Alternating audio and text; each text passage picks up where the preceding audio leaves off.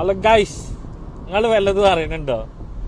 കുണ്ടനളിയാങ്കാനെ വിട്ടെറിഞ്ഞ് അണ്ടിത്താത്ത ഇവിടെ കുറ്റിപ്പുറത്ത് വീട്ടിലേക്ക് പോയിക്കണ്, ഫേസ്ബുക്കിൽ ഇട്ടിക്കണ്.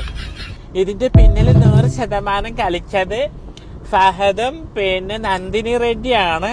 അവർക്ക് പിന്നെ ഞങ്ങൾക്ക് വലിയ ചൊറിച്ചലാണല്ലോ ഇവനെ കൊണ്ട് ഇവനെ ഇതാക്കാൻ വേണ്ടിട്ട്.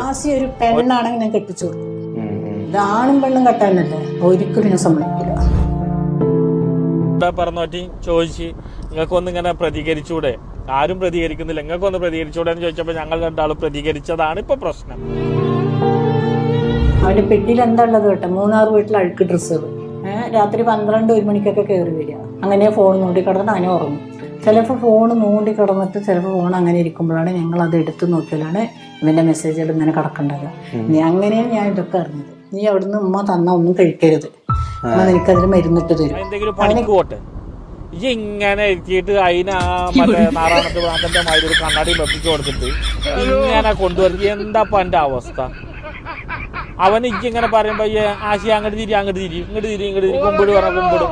അത് അങ്ങനെ ഒരു കൈത ലേഷണം കേട്ട. എന്നിട്ടിപ്പോ അണ്ടിത്താത്ത തെറ്റിപ്പോയി ഇത്രേ.